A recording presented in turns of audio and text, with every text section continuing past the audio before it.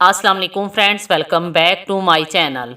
इस वीडियो में मैं आप लोगों को औलाद के लिए रमज़ानुल मुबारक में इफ्तारी के वक्त का अमल बताऊंगी।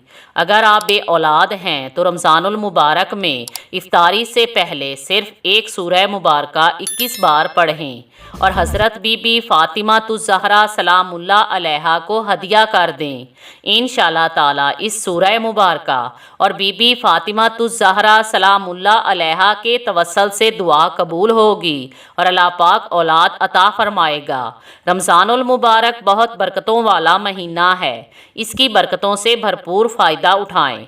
हज़रत मुहम्मद सल्लल्लाहु अलैहि वसल्लम ने माह रमज़ान की तारीफ़ में फ़रमाया कि ये वो महीना है कि जिसमें ज़ियाफ़त इलाही पर दावत दी गई है। इसमें तुम्हारी सांसें तस्बीह और तुम्हारी नींदें इबादत हैं। इसमें तुम्हारा अमल कबूल है और तुम्हारी दुआएं मुस्तजाब होती हैं। हज़रत मुहम्मद सल्लल्लाहु अलैहि वसल्लम ने रमज़ान की फ़जीलत में फ़रमाया कि रमज़ान को रमज़ान इसलिए कहा जाता है क्योंकि ये गुनाहों को जला देता है।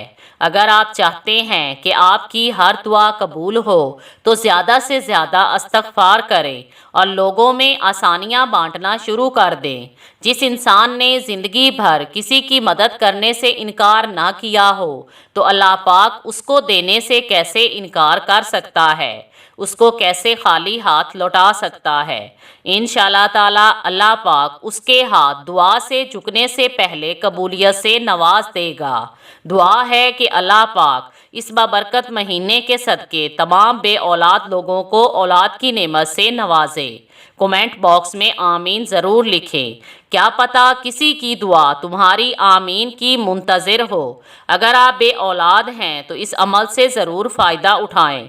ये इंतहाई ताकतवर अमल है। इसके लिए जब भी आप इफ्तारी के लिए वज़ू करके जाए नमाज पर बैठें तो इफ्तारी से पहले 21 मरतबा सूरह कद्र पढ़ें, अव्वल व आखिर दुरूद पाक पढ़ें और हज़रत बीबी फ़ातिमा ज़हरा सलामुल्लाह अलैहा को हदिया कर दें।